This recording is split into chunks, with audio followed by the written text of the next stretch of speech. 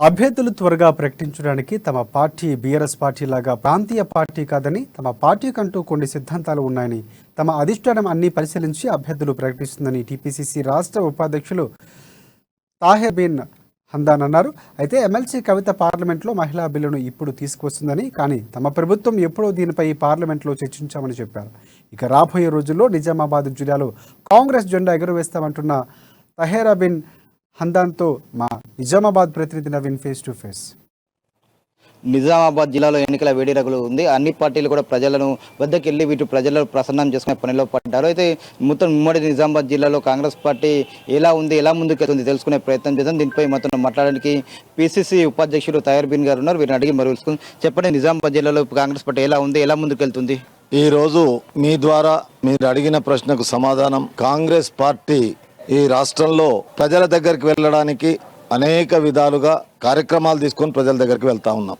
ముఖ్యంగా ఈ 2-3 మాసాల నుండి రాహుల్ గాంధీ గారు వరంగల్లో రైతు డిక్లరేషన్ చేసిన తర్వాత, ప్రియాంక గాంధీ గారు హైదరాబాద్ మీటింగ్ తర్వాత, ఖర్గే గారు ఖమ్మం మీటింగ్ తర్వాత కాంగ్రెస్ శ్రేణుల్లో చాలా ఉత్సాహం వచ్చింది. ఆ ఉత్సాహమే కాకుండా వాళ్ళు ఇచ్చినటువంటి ఏ కార్యక్రమం అయితే ఉందో ఆ కార్యక్రమాలను ప్రజల్లోకి తీసుకుపోవడానికి ప్రతిరోజు నిజామాబాద్ జిల్లాలోని 5 నియోజకవర్గాల్లో కాంగ్రెస్ శ్రేణులందరూ, కార్యకర్తలు, నాయకులు కలిసికట్టుగా పనిచేస్తా ఉన్నారు. అయితే అన్నిటికన్నా ముఖ్యంగా ఏంటంటే ఈ రోజు రాష్ట్రంలో ఉన్నటువంటి ప్రభుత్వానికి వ్యతిరేకంగా ప్రజల్లో, రైతుల్లో, నిరుద్యోగుల్లో, ముఖ్యంగా ఉపాధ్యాయ ఉద్యోగ సంఘాల్లో చాలా వ్యతిరేకత వస్తుంది. ఆ వ్యతిరేకత వల్ల ఈరోజు వాళ్ళందరూ కాంగ్రెస్ పక్షాన చూస్తూ ఉన్నారు. అందుకొరకే కాంగ్రెస్ పార్టీ రేపు అభ్యర్థుల నిర్ణయం తర్వాత ఈరోజు మేము ప్రజల్లోకి ఏ విధంగా వెళ్తున్నామో అంతకన్నా ద్విగుణీకృతంగా ప్రజల్లోకి మేము వెళ్తాం. ప్రజా సమస్యల పట్ల ప్రజలను చైతన్యం చేస్తాం.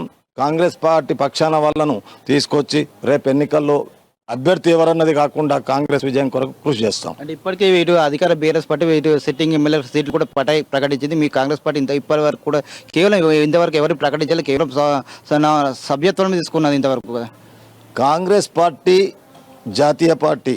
కాంగ్రెస్ పార్టీకి ఒక విధానం ఉంటుంది. కాంగ్రెస్ పార్టీ కొన్ని పద్ధతుల ద్వారా ఈ కార్యక్రమాన్ని చేస్తుంది. అందుకొరకే అభ్యర్థుల అప్లికేషన్ తీసుకున్నారు, అభ్యర్థుల స్క్రీనింగ్ కమిటీని పెట్టారు, అభ్యర్థుల యొక్క ప్రదేశ్ ఎన్నికల కమిటీని పెట్టారు. అన్నిటికన్నా ముఖ్యంగా ఈ ఎన్నికల కమిటీ, స్క్రీనింగ్ కమిటీ అన్నిట్లో పరిశీలించిన తర్వాత సామాజిక న్యాయం ద్వారా రేపు రాబోయే ఎన్నికలో ఈ నిజామాబాద్ జిల్లాలోని 5 నియోజకవర్గాల్లో కూడా సామాజిక న్యాయంగా ప్రజలను నియోజకవర్గాల్లో ఉన్నటువంటి అభ్యర్థులను తీసుకుంటారు. దానివల్ల మాకు పూర్తి విశ్వాసం ఉంది.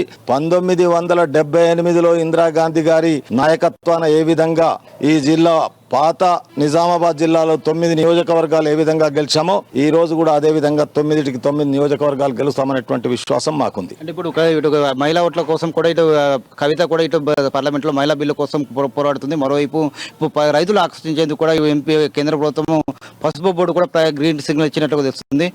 దీనికి ఎంతవరకు మైనస్ కావచ్చు? ఇప్పటికీ కాంగ్రెస్ పార్టీకి ఏం మైనస్ కాదు. దీనివల్ల స్థానిక సంస్థల్లో రిజర్వేషన్లు పెట్టినటువంటి విషయం కాంగ్రెస్ పార్టీ పెట్టింది. ఈరోజు మోదీ గారు లోక్సభలో మహిళా బిల్లును తీసుకురావడానికి ప్రయత్నం చేస్తూ ఉన్నారు. కాబట్టి ఆ మహిళా బిల్లును గతంలో కూడా కాంగ్రెస్ పార్టీ రాజ్యసభలో పెట్టి ఆమోదింపజేసింది. మాకు దానివల్ల ఏం నష్టం జరుగుతుందని మేము అనుకుంటలేము. కవిత గారు స్వయాన మహిళ అయి ఈరోజు మహిళా అభ్యర్థుల కొరకు, మహిళల క్షేమం కొరకు మాట్లాడుతుంది. కాబట్టి మాకు పూర్తిగా విశ్వాసం ఉంది. మహిళలు కానీ, ఈ రోజులు రైతులు కానీ, అదే విధంగా నిరుద్యోగులు కానీ కాంగ్రెస్ పార్టీ విశ్వాసం మాకుంది. ఇంకో విషయం ఏంటంటే పసుపు బోర్డు విషయం మీరు అడిగారు, చాలా సంతోషం. ఒకవేళ పసుపు బోర్డు నిజామాబాద్ జిల్లాకు వస్తుందనంటే మేము సంతోషించే వ్యక్తుల్లో మేము కూడా ఉంటాం. కానీ పసుపు బోర్డు కన్నా మంచిది ఏదైతే గతంలో అరవింద్ గారు అనౌన్స్ చేశారో, ఇటు పసుపు బోర్డు కాకుండా వాళ్ళు తీసుకొచ్చినటువంటి దాన్ని ఏమన్నారు, స్పైస్ బోర్డు తీసుకొచ్చానన్నారు. ఆ స్పైస్ బోర్డుకు పసుపు బోర్డుకు తేడా ఏముందో అనేటువంటి మాట ఆయన చెప్పాలా. అప్పుడు పసుపు బోర్డు కన్నా మెరుగైంది స్పైస్ బోర్డు అన్నారు. కాబట్టి ఇప్పుడు స్పైస్ బోర్డు మెరుగ్గా ఉన్నది, ఇప్పుడు పసుపు బోర్డు ఎట్లయిందో అనే విషయాన్ని కూడా ఆయన తేటతెల్లం చేయాలా. పసుపు బోర్డు రేపు పార్లమెంట్లో పెట్టి ఆ బిల్ పాస్ చేసిన తర్వాత ఈ పసుపు బోర్డు వల్ల రైతాంగానికి వంగడాలు సరి అయిన వంగడాలు ఇస్తారా, లేకుంటే పసుపు బోర్డుకు ఎంఎస్పి నిర్ణయం చేస్తారు? ఇవాళ పసుపు బోర్డులో పసుపుకు ఎంఎస్పి లేదు. కేవలం వాళ్ళు ఈ అంశాలన్నీ క్రోడీకరించి ఎన్నికల ముందు ప్రకటించడం అనేది ఎన్నికల ఎత్తుగా భావిస్తున్నాం. మేము స్వాగతిస్తాం, దాన్ని కాదనేది లేదు. కానీ దీనివల్ల రైతుకు ఏ విధంగా ప్రయోజనం జరుగుతుందో, ఇది సుగంధ ద్రవ్యాలలో ఇది కూడా ఒకటి ఉండే అప్పుడు గుర్తుకు రాంది ఇప్పుడే గుర్తుకొస్తుందంటే ఇది ఎన్నికల ముందు వాళ్ళు చేసేటటువంటి నాటకం అనేటువంటి మాట మేము అనుకుంటాం. అంటే మహిళా రిజర్వేషన్ విషయంలో కూడా మీ అధినేత సోనియా గాంధీ ఇంతవరకు స్పందించలేదు. ఎంపీ కూడా మన ప్రధానమంత్రికి ఇంతవరకు లేఖ కూడా రాయలేదని చెప్పి కవిత చెప్తుంది కదా. కవిత చెప్పే మాటలకు కేవలం ప్రజల్లో మాట్లాడడానికి, పార్లమెంట్ లో రాజ్యసభలో మహిళా బిల్లును మేము పాస్ చేయించింది కాంగ్రెస్ కాదా అనేటువంటి విషయం కవితమ్మకు తెలియదేమో, అది తెలుసుకోవాలి మొదలామే. అందుకొరకు లోకసభలో ఆ రోజు మాకు యూపీఏ పక్షాన ఉన్నటువంటి మా కూటమిలో ఉన్నటువంటి సభ్యులందరూ కొంతమంది వ్యతిరేకం చేయడం, కొంతమంది సపోర్ట్ చేయడం, ఆ విధంగా జరిగింది. కాబట్టి ఈరోజు లోక్సభలో మహిళా బిల్లును ఏదైతే పెడతా ఉన్నారో మహిళా బిల్లును తప్పకుండా వాళ్ళు పెట్టి మహిళలకు న్యాయం చేయాలనేటువంటిది మా మాట.